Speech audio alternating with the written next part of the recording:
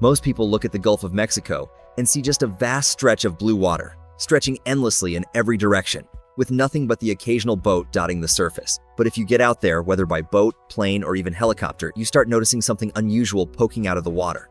Towering steel structures rise from the waves, some still buzzing with activity, others standing like forgotten skeletons of an industrial past. These are oil platforms, and a surprisingly large number of them have been left abandoned, slowly surrendering to rust and the ocean.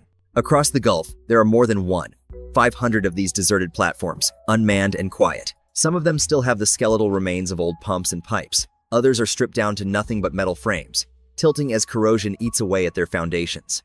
A few remain upright, stubbornly defying time and tide, but they no longer serve any practical purpose. From above, the platforms scatter the water like an industrial forest of steel. Viewed from a small fishing boat, they loom like immense, creaking towers, their rusted beams bending slightly under the wind. Dive below the surface, though, and a different story emerges. Down there, these abandoned rigs transform into accidental reefs, coated with coral, sponges, and swarming with fish. What once was an industrial behemoth becomes a lively ecosystem, a strange hybrid of human design and natural life. These platforms weren't built to nurture the ocean. At their peak, each one represented a billion-dollar investment, engineered to extract oil from deep beneath the seafloor. They were feats of human ingenuity, designed to withstand hurricanes, giant waves, and the corrosive assault of saltwater. For decades, they powered America's cars, airplanes, and factories. Now, many of these giants just sit, abandoned. Some remain because removing them is just too expensive, while others linger in a murky legal gray zone. Fishermen may see them as accidental fish havens. Environmentalists see them as potential hazards. And for anyone paying attention, these silent towers are reminders of how far offshore drilling has gone and how little planning sometimes went into what happens after the pumps stop. The Gulf's waters are more than just fishing vessels, tankers, and naval patrols. They host a ghost fleet of industrial relics. Each abandoned rig tells two stories, one of human achievement, the other of the leftover consequences of progress. After World War II ended in 1945, America was in a rush to rebuild. Factories that had produced tanks, planes, and ammunition were switching gears to make cars, appliances, and consumer goods. Millions of soldiers returned home, eager to start families, buy homes, and embrace the booming post-war economy. This period, often called the Golden Age of America, was defined by rapid suburban expansion, highways packed with cars, and the rise of jet travel. But none of that growth would have been possible without one crucial ingredient: oil. The nation's demand for petroleum was enormous. Cars needed gasoline, planes required jet fuel, factories demanded energy, and the suburban dream of endless commutes and cheap electricity relied heavily on oil. Onshore fields in Texas, Oklahoma, and California had supplied much of the nation's needs for decades. By the late 1940s, however, these wells were beginning to show their age. Engineers and oil executives knew that future demand would only increase, pushing them to look somewhere few had dared before the open ocean. Drilling offshore wasn't just difficult, it seemed almost impossible at first. The Gulf of Mexico was deep, unpredictable, and merciless. Storms could appear without warning, waves towered over ships, and saltwater relentlessly corroded everything in sight. Placing a steel rig in that environment was like trying to erect a skyscraper on quicksand. Yet engineers and oilmen saw the challenge as irresistible. The earliest offshore wells were crude compared to modern platforms. Wooden structures, built just off the coast, served as small drilling sites. Workers could still see land from these early platforms, which were little more than docks with basic drilling equipment bolted on. But as companies pushed further out, technology had to evolve quickly. Steel replaced wood, platforms were anchored deep into the seabed, and pipelines were laid along the ocean floor, connecting rigs to refineries miles inland. Each step forward made offshore drilling safer and more profitable. By the 1950s and 1960s, the Gulf had become the heart of America's offshore oil boom. Oil companies weren't just building drilling platforms, they were constructing floating mini-cities. A single rig could house hundreds of workers with living quarters, kitchens, medical facilities, and recreation rooms. Supply boats ferried equipment and food, helicopters shuttled crews back and forth, and operations ran around the clock to keep oil flowing. The impact on the country was enormous. Offshore drilling fueled economic growth, made long road trips possible, allowed airlines to expand globally, and kept factories running non-stop. Oil became the invisible backbone of modern American life. But all this progress came with risks and hidden costs. Offshore work was dangerous, expensive, and environmentally fragile. Crews endured long stretches away from home, harsh conditions, and constant threats of storms or mechanical failure. Hurricanes battered rigs regularly, sometimes tearing apart entire platforms and spilling oil into the sea. Still, the industry pressed forward because the rewards, cheap energy, and national growth far outweighed the risks. Looking back, Offshore drilling wasn't just a technical achievement, it was a gamble that reshaped the nation. It turned the Gulf of Mexico into one of the most strategically important energy zones in the world, fueling the suburban lifestyle, jet age, and even Cold War military buildup. Without these early innovations in offshore oil, post-World War America would have looked very different. From a distance, an offshore oil platform looks like a floating fortress, a tangle of steel, pipes, and cranes cutting against the horizon. What most people don't realize, though, is that the visible part above the water is just a fraction of the real structure. Below the surface, these rigs stretch downward like inverted skyscrapers, anchored firmly into the seabed. Some of their legs plunge deeper than the Empire State Building is tall, built to resist the immense pressures of the ocean and the battering force of hurricanes. Back in the early days, offshore rigs were nowhere near this sophisticated. They were mostly wooden docks with basic drilling equipment, sitting in shallow water just a short distance from shore. But as oil companies ventured farther into deeper water, the conditions became harsher, forcing engineers to design platforms on an entirely new scale. By the mid-20th century, steel rigs were no longer just drilling stations. They were self-sufficient offshore communities. Helicopters landed on helipads, pipelines connected rigs to shore-based refineries, and hundreds of workers lived on board for weeks at a time. The deeper the water, the trickier the engineering. Drilling thousands of feet below the ocean floor meant battling forces that were both immense and invisible. Engineers developed blowout preventers, specialized drilling muds, and sophisticated pressure control systems to handle the intense underground pressures. The rigs themselves became marvels. Semi-submersibles floated partially underwater. Tension leg platforms were anchored with giant steel tendons, and drill ships could move from one location to another with precision. For workers on deck, the experience was surreal. All around them stretched nothing but open ocean, while below their feet sat machinery that seemed almost otherworldly. And yet, for all their size and ingenuity, these platforms were still vulnerable to storms, equipment failures, and the one scenario no oil worker wants to imagine: a blowout.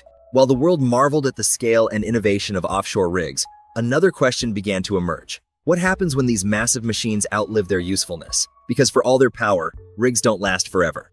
Eventually, wells run dry, structures weaken, and companies face a dilemma: dismantle them at enormous cost or leave them behind and hope for the best. Before diving back into the messy reality of abandoned rigs, let's take a quick detour. Think about trying to explain everything about offshore drilling: the history, the tech, the dangers, the massive size of the structures, without losing anyone in the details.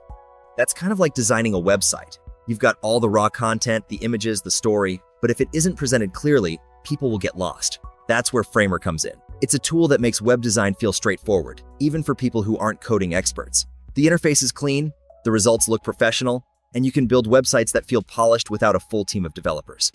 It's kind of like the rigs themselves. A complex structure made to function perfectly in a tough environment, but simplified for the people who need it. Whether someone is launching a personal project or building something bigger, Framer helps bring ideas to life in a way that just works. And much like the offshore drilling industry kept pushing innovation to go further and deeper, web creators keep exploring faster, smarter, and more creative ways to build. All right, back to the rigs. Most people picture oil rigs as buzzing. 24/7 operations, with pumps churning and crews constantly on alert. But like any machine, rigs have a lifespan. Wells run dry, production slows, and eventually the cost of keeping a platform running can outweigh the money it brings in. That's when companies start asking the tough question: is it worth keeping this rig out in the middle of the Gulf? Ideally, the old steel towers would be dismantled, hauled back to shore, and recycled. The ocean would be left clean, as if the rig was never there. But reality is far messier. Tearing down a single platform can cost tens, sometimes hundreds of millions of dollars. Multiply that by the hundreds of rigs scattered across the Gulf, and the cleanup bill quickly becomes astronomical. So instead, many structures are simply left behind. Some rigs are abandoned because the owning company went bankrupt and disappeared. Others exploit legal loopholes, or argue that leaving the structure in place benefits marine life, turning old steel into artificial reefs, teeming with fish and coral. Still, there's a difference between carefully planned reefing and letting rusting machinery linger unchecked. On paper, companies might frame it as environmentally friendly, but in practice, some abandoned rigs turn into hazards. Corroded pipes leak, chemicals seep into the water, and what was once a symbol of industrial progress slowly becomes a risk to the ocean and nearby communities. As a result, the Gulf is dotted with these quiet monuments of the oil boom, reminders of both the incredible technological achievement of offshore drilling and the unresolved questions about responsibility when the oil stops flowing. When most people hear blowout, they think of a flat tire or maybe a party gone wild. On an oil rig, it's a far more serious and far more dangerous situation. A blowout happens when pressurized oil or gas underground escapes uncontrollably through the well. When that pressure erupts, the consequences can be catastrophic. Drilling is essentially a battle against natural forces deep beneath the ocean floor. Reservoirs of oil and gas sit under extreme pressure, sometimes thousands of pounds per square inch. To prevent uncontrolled eruptions, drillers pump in dense drilling mud, which balances the underground pressure and keeps the oil or gas from bursting to the surface. But if something goes wrong, a miscalculation, a mechanical failure, or a weak spot in the well, the pressure can overwhelm the system. Oil and gas surge upward, sometimes igniting in a towering fireball. Crews train endlessly for these emergencies, but even with the best precautions, blowouts can escalate in seconds. The most infamous example is the Deepwater Horizon disaster in 2010. A blowout preventer failed, and oil spewed into the Gulf for months, killing 11 workers and causing one of the worst environmental catastrophes in U.S. history. It's a stark reminder that even the most carefully designed rigs are vulnerable. Even abandoned wells carry risk. If they weren't sealed properly, pressure can build over years. A neglected rig could erupt without warning, with no crew or safety systems in place. Blowouts aren't just accidents. They're reminders that oil extraction is inherently dangerous and that careful management doesn't stop when production ends. From the surface, offshore oil platforms look enormous, with towering steel structures, cranes, and helipads standing against the endless ocean. But the real spectacle is hidden beneath the waves. The majority of these rigs exist underwater, where massive legs extend down to the seabed, anchoring the platform like colossal mechanical roots. Imagine descending as a diver into the murky blue. Light fades, the water chills, and suddenly, the silhouette of a rig emerges. It's like entering a cathedral built of steel, stretching hundreds of feet down, encrusted with barnacles, coral, and seaweed. Schools of fish weave through the beams, jellyfish drift in the shadows, and predators like sharks patrol the edges. Over decades, what was once an industrial installation has become a thriving, accidental reef. Yet the beauty is deceptive. The submerged parts are still industrial machinery pipes, pumps, and risers carrying crude oil or gas under extreme pressure. The steel faces constant assault from saltwater, storms, and underwater currents. One corroded joint could become a structural weak point, turning a once stable rig into a potential hazard. The scale is staggering. Some rigs have legs reaching hundreds of feet down, fixed with concrete footings. Semi-submersible rigs float on pontoons anchored by massive chains, designed to withstand hurricanes. All this weight and engineering support the drilling towers, living quarters, and heavy machinery above. Standing on deck, it's easy to forget the hidden underwater world. Yet beneath the waves is a complex ecosystem intertwined with human engineering, a reminder of the coexistence and sometimes tension between nature and industry. Abandoned oil rigs in the Gulf aren't just rusty relics. They come with a host of problems that most people don't think about. First and foremost is structural decay. Steel and salt water don't mix well. Over time, corrosion eats away at the beams, legs, and platforms, turning once solid structures into brittle hazards. Sections can collapse without warning, posing risks not just to marine life, but also to boats, divers, and nearby operations. Old wells and pipelines add another layer of danger. Even if the wells were plugged before the company left, seals can fail over time. Leaks of oil, gas, or chemicals may slowly poison the surrounding waters, harming fish, coral, and other marine life. While the transformation isn't simple, it shows that human ingenuity can convert even the most challenging industrial legacies into something positive. The Gulf of Mexico itself provides proof of resilience. Past oil spills and pollution incidents scarred parts of its shoreline, yet restoration efforts have allowed ecosystems to rebound faster than expected. This resilience suggests that, with the right interventions, even the abandoned rigs can be reintegrated into the environment without permanently harming marine life. Ultimately, the key is foresight. Waiting until structures are completely neglected or the cost of cleanup becomes prohibitive has been the mistake of the past. If oil companies and regulators treat decommissioning as part of the life cycle of offshore drilling, future generations will inherit a Gulf that's cleaner and more sustainable. The challenge of abandoned rigs isn't solely technical or financial, it's also about perspective. Viewing these structures as opportunities for environmental restoration, artificial reef creation, or technological innovation can turn potential waste into value. By learning from history, the Gulf doesn't have to be a graveyard of steel. It can become an example of responsible, forward-thinking stewardship.